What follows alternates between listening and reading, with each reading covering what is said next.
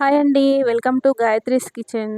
ఈరోజు వీడియోలో నేను దావత్ స్టైల్ చికెన్ కర్రీ తయారు చేసి చూపిస్తాను. ఈ కర్రీ అన్నంలోకి, రోటీలోకి అన్నింటికి చాలా బాగా ఉంటుంది. చాలా టేస్టీగా ఉంటుంది. ఈ కర్రీలో గ్రేవీ కూడా చిక్కగా టేస్టీగా ఉంటుంది. ముక్కలు జ్యూసీగా ఉంటాయి.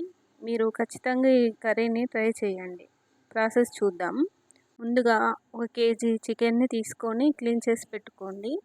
ఈ చికెన్లోకి ఒక చిన్న స్పూను పసుపు, అదేవిధంగా ఒక స్పూను అల్లం వెల్లుల్లి పేస్ట్ వేసుకొని అంతా మంచిగా కలిపెట్టుకోవాలి.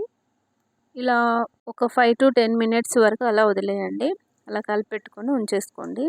తర్వాత స్టవ్ వెలిగించుకొని కడాయి పెట్టుకోండి. కడాయి వేడెక్కిన తర్వాత దీంట్లోకి ఒక 3 పావుల ఆయిల్ వేసుకోండి.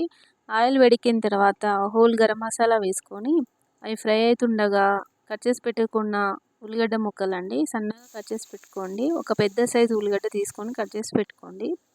ఆయిల్లో వేసుకొని ఫ్రై చేసుకోవాలి. ఇలా ఫ్రై చేసుకునేటప్పుడు ఒక స్పూన్ సాల్ట్ వేసుకొని అంతా మంచిగా కలుపుకోండి. ఈ ఆనియన్స్ అంతా మంచిగా ఫ్రై అయ్యే వరకు ఫ్రై చేసుకోవాలి. ఈ ఆనియన్స్ మొత్తము ఫ్రై అయిన తర్వాత దీంట్లోకి కట్ చేసి పెట్టుకున్న కొత్తిమీర, పుదీనా అండి క్లీన్ చేసి పెట్టుకున్నది వేసుకొని అంతా మంచిగా కలుపుకోండి. ఇది ఇలా ఫ్రై అవుతుండగా దీంట్లోకి ఒక 2 స్పూన్ల అల్లం వెల్లుల్లి పేస్ట్ వేసుకోండి. ఈ పోపులో ఇలా వేసుకొని అంతా అల్లం వెల్లుల్లి పేస్టు మంచిగా ఫ్రై అయ్యే విధంగా అంతా కలుపుకొని ఫ్రై చేసుకోవాలి. అల్లంలోని పచ్చి వాసన పోయే విధంగా ఫ్రై చేసుకోండి. ఇలా చేసుకున్నాక దీంట్లోకి ఒక స్పూను పసుపు వేసుకొని అంతా మంచిగా కలుపుకోండి. ఇప్పుడు మనము మ్యారినేట్ చేసి పెట్టుకున్నది చికెన్ ఉంది కదండి, పసుపు, అల్లం వెల్లిపాయ వేసి పెట్టుకున్నది అదంతా వేసుకొని ఈ పోపు అంతా ముక్కలకు పట్టే విధంగా ఆయిల్ అంతా మంచిగా కలుపుకొని మూత పెట్టి ఒక 5 మినిట్స్ వరకు మీడియం ఫ్లేమ్లో మగ్గించుకోండి. దీంట్లో చికెన్లోని వాటర్ అంతా ఇలా వస్తుంది. ఇప్పుడు అంతా మంచిగా ఒకసారి కలుపుకున్న తర్వాత దీంట్లోకి కట్ చేసి పెట్టుకున్న టమాటా వేసుకోవాలి. ఒక పెద్ద సైజు టమాటా తీసుకున్నాను నేను, లేదంటే మీడియం సైజు టమాటాలు ఒక 2 తీసుకోండి. అవి సన్నగా కట్ చేసి వేసుకోండి. ఈ టమాటా వేసుకోవడం వల్ల గ్రేవీ టేస్టీగా ఉంటుంది మరియు చిక్కగా కూడా వస్తుంది. ఇలా వేసుకొని అంతా మంచిగా కలుపుకోవాలి. కలుపుకొని మూత పెట్టి మరొక 5 నిమిషాల పాటు టమాటా ఉడికే వరకు మగ్గించుకోవాలి. ఇప్పుడు మూత తీసి దీంట్లోకి ఒక 3 నుంచి 4 స్పూన్ల కారం వేసుకోండి. మీరు తినే స్పైసీని బట్టి వేసుకోండి. అలాగే దీంట్లోకి ఒక స్పూన్ సాల్ట్ కూడా టేస్ట్ తగ్గట్టు వేసుకోండి. సాల్ట్ కూడా వేసుకొని అంతా మంచిగా ఈ కారం అంతా ముక్కలు పట్టే విధంగా అంతా మంచిగా కలుపుకొని ఇప్పుడు కూడా మూత పెట్టి ఒక 5 మినిట్స్ వరకు మంచిగా ఉడికించుకోండి.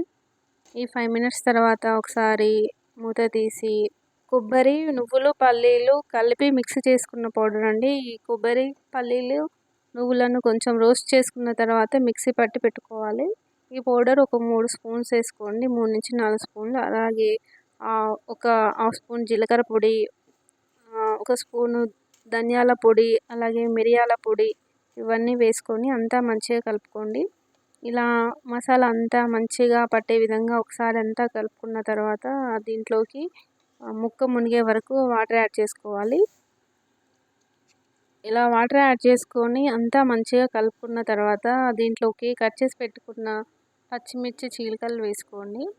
వేసుకొని అంతా మంచిగా కలుపుకున్న తర్వాత దీంట్లోకి ఒక హాఫ్ స్పూన్ వరకు గరం మసాలా అండి, గరం మసాలా వేసుకొని అంతా మంచిగా కలుపుకొని మూత పెట్టి ఒక 7 to 8 మినిట్స్ వరకు సిమ్లో మగ్గించుకోవాలి, ఉడికించుకోవాలి. ఇలా ఉడికిన తర్వాత గ్రేవీ అంతా చిక్కగా దగ్గరగా వస్తుందండి. మధ్య మధ్యలో కలుపుకుంటూ ఉడికించుకోండి. ఈ విధంగా మంచిగా చిక్కగా గ్రేవీ ముక్కలు జ్యూసీగా ఉంటాయండి. చివరగా కొత్తిమీర చల్లుకొని సర్వ్ చేసుకోవడమే. అంతేనండి, ఎంతో టేస్టీ అయిన దావత్ స్టైల్ చికెన్ కర్రీ రెడీగా ఉంది. ఈ రెసిపీ మీరు ఇంట్లో ఖచ్చితంగా ట్రై చేయండి. ట్రై చేసి ఎలా వచ్చిందో కామెంట్ కూడా చేయండి. కొత్తగా నా ఛానల్ని చూసేవాళ్ళు ఖచ్చితంగా మీరు సబ్స్క్రైబ్ చేసి పక్కనే ఉన్న బెల్ ఐకాన్ని నొక్కండి. అందువల్ల నేను చేసే ప్రతిదీ మీకు నోటిఫికేషన్ రూపంలో వస్తుంది. Thank you. గాయత్రీస్ కిచెన్.